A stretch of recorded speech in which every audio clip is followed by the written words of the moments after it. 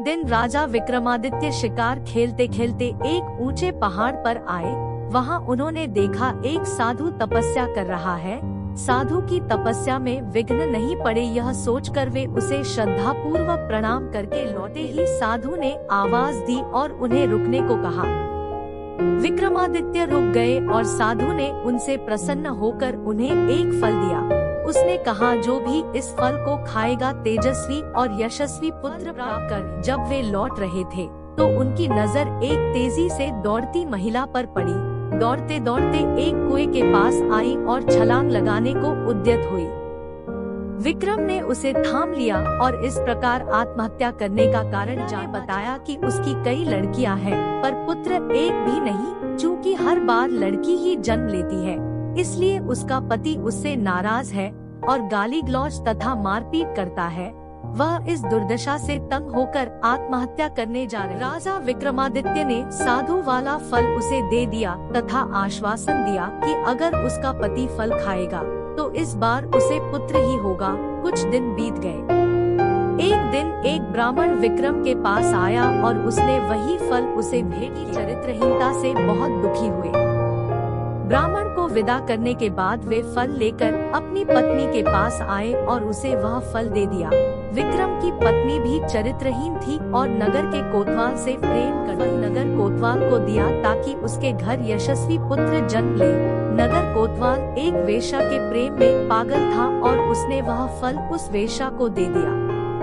वेश्या ने सोचा कि वेश्या का पुत्र लाख यशस्वी हो तो भी उसे सामाजिक प्रतिष्ठा नहीं प्राप्त हो सकी। सोचने के बाद यह निष्कर्ष निकाला कि इस फल को खाने का असली अधिकारी राजा विक्रमादित्य ही है। उसका पुत्र उसी की तरह योग्य और सामर्थ्यवान होगा तो प्रजा की देखरेख अच्छी तरह होगी और सभी खुश रहे। उसने विक्रमादित्य को वह फल भेंट कर दिया। फल को देखकर विक्रमादित्य ठगे से रह गए। उन्होंने पड़ताल कराई तो नगर कोतवाल और रानी के अवैध संबंध का पता चल गया। वे इतने दुखी और खिन्न हो गए कि राज्य को ज्यों का त्यों छोड़कर वन चले गए और कठिन तपस्या करने। क्योंकि विक्रमादित्य देवताओं और मनुष्यों को समान रूप से प्रिय थे, देवराज इंद्र ने उनकी अनुपस्थिति में राज्य की रक्षा के लिए एक शक्तिशाली देव भेज दिया। वह देव नृपविहीन राज्य की बड़ी मुस्तैदी से रक्षा तथा पहरेदारी करने लगा। विक्रमादित्य का मन अपनी प्रजा को देखने को करने लगा। जब उन्होंने अपने राज्य में प्रवेश करने की चेष्टा की तो देव सामने आ खड़ा हुआ। उसे अपनी वास्तविक पहचान देने के लिए विक्रम ने उससे युद्ध किया और पराजित किया। देव मान गया कि उसे हराने वाले विक्रमादित्य ही है और उसने उन्हें बताया कि उनका एक पिछले जन्म का शत्रु यहाँ आ पहुँचा है और सिद्धि कर रहा है। वह उन्हें खत्म करने का हर संभव प्रयास। यदि विक्रम ने उसका वध कर दिया तो लंबे समय तक वे निर्विघ्न राज्य करेंगे। योगी के बारे में सब कुछ बताकर उस देव ने राजा से अनुमति ली और चला गया। विक्रम की चरित्रहीन पत्नी तब तक ग्लानि से विष खाकर मर चुकी। अपना राजपाट संभाल लिया और राज्य का सभी काम सुचारू पूर्वक चलने लगा। कुछ दिनों के बाद उनके दरबार में वह योगी आ पहुंचा। उसने विक्रम को एक ऐसा फल दिया जिसे काटने पर एक पारितोषिक के बदले उसने विक्रम से उनकी सहायता की कामना की।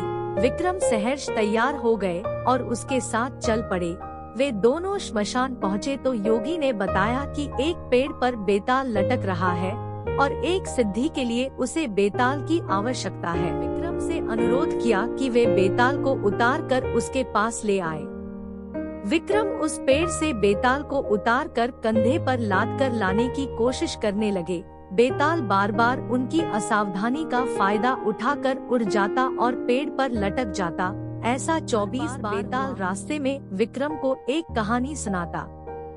25वीं बार बेताल ने विक्रम को बताया कि जिस योगी ने उसे लाने भेजा है वह दुष्ट और धोखेबाज है। उसकी तांत्रिक सिद्धि की आज समाप्ति है तथा आज वह विक्रम की बलि दे देगा। जब विक्रम देवी के सामने सर झुकाए से ही उसकी सिद्धि पूरी हो सकती है। विक्रम को तुरंत इंद्र के देव की चेतावनी याद आई। उन्होंने बेताल को धन्यवाद दिया और उसे लादकर योगी के पास आए। योगी उसे देखकर अत्यंत हर्षित हुआ और विक्रम से देवी के चरणों में सर झुकाने योगी को सर झुकाने की विधि बतलाने को कहा। जो ही योगी ने अपना सर देवी चरणों में झुकाया कि विक्रम ने तलवार से उसकी गर्दन काट दी। देवी बलि पाकर प्रसन्न हुई और उन्होंने विक्रम को 2 बेताल सेवक दिए। ही ये दोनों बेताल विक्रम की सेवा में उपस्थित हो जाएंगे। विक्रम देवी का आशीष पाकर आनंद पूर्वक वापस महल लौटे।